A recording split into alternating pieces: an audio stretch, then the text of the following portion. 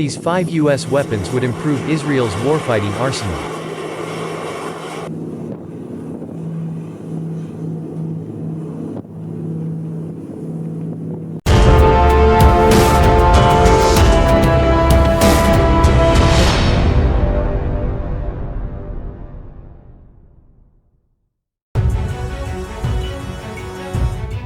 Israel has most of what it needs from the United States. In several areas, the technical capabilities of the IDF exceed those of the U.S. military.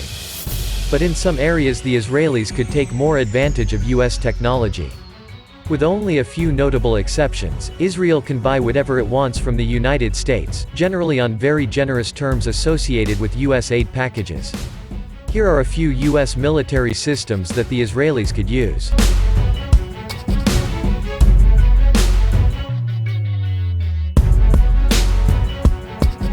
Number 1. Littoral combat ship.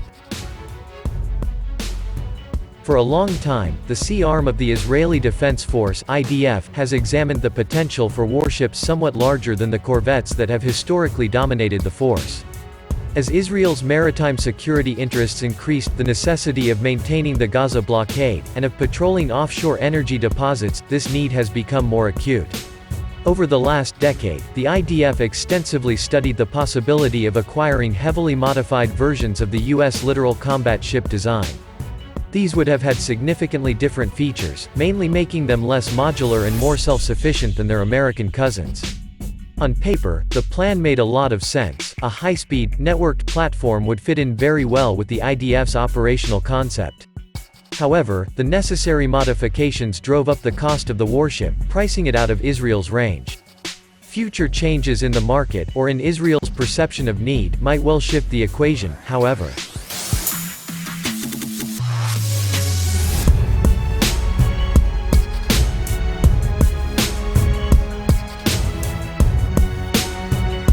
Number 2. F22 Raptor. The Obey Amendment, which prohibits the export of the F-22 Raptor, was developed with Israel firmly in mind. Concerned about Israel's transfer of high-technology equipment to Russia or China, the United States decided that domestic considerations meant it could not bar Israel from acquiring the Raptor without a blanket ban. And so this has meant that only the USAF flies the world's most advanced fighter aircraft. Historically, Israel has preferred fighter bombers that can conduct both air superiority and strike missions, and the Raptor doesn't yet have much in the way of a strike profile. However, the IDF purchased the F-15 when it was still primarily an air superiority platform, then made the necessary modifications on its own to transform the fighter into a devastating bomber. The F-22, which otherwise serves Israel's air superiority needs nicely, might have gone through a similar process.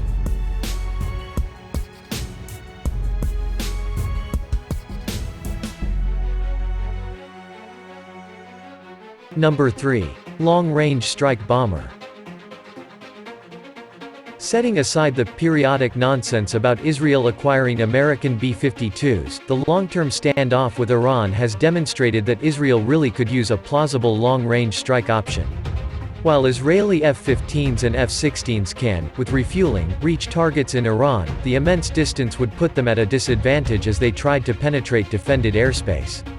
In this context, the Air Force's B-21 long-range strike bomber might seem attractive.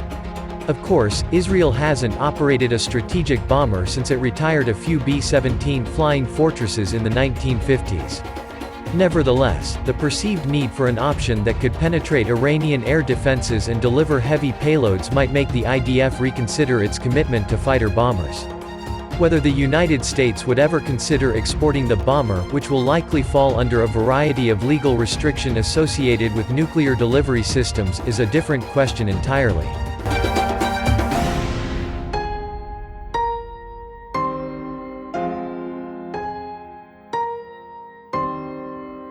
Number 4. Massive Ordnance Penetrator. And what good are planes if they don't have bombs to drop? Rumors of Israeli interest in the 30,000-pound precision-guided bomb began to emerge at the beginning of this decade, fueling ideas in Congress about transferring the munition and an aircraft capable of delivering it. The MOP interests Israel because of its bunker-busting capacity, which would give Israel the ability to hit deeply buried weapons facilities in Iran and elsewhere. The United States has thus far declined to send the bomb to the Israelis, in no small part because the IDF still lacks a plausible delivery system. The Obama administration also worried about giving Israel the tools it needed to strike Iran would upset the regional balance. But geostrategic changes, or domestic political shifts in the U.S. might alter that calculation.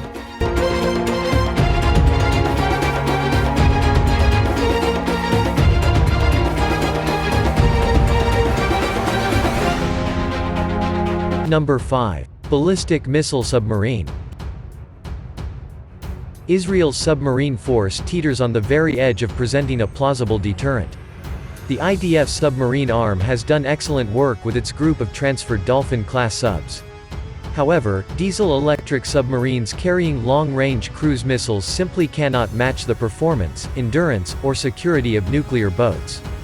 This is not to say that Israel needs, or could use, something analogous to the Ohio-class ballistic missile submarine. However, a more modest boat with a smaller number of missiles of limited range could indeed prove very useful to Israel's efforts to create a robust second strike capability. A flotilla of 4 such boats would provide a nearly invulnerable retaliatory capacity. Israel has most of what it needs from the United States. In several areas, the technical capabilities of the IDF exceed those of the U.S. military. But in some areas the Israelis could take more advantage of U.S. technology, especially if strategic necessity and financial reality came together in more productive ways. Given the dynamism of Israel's economy, the IDF may have the chance to avail itself of some of these opportunities in the near future.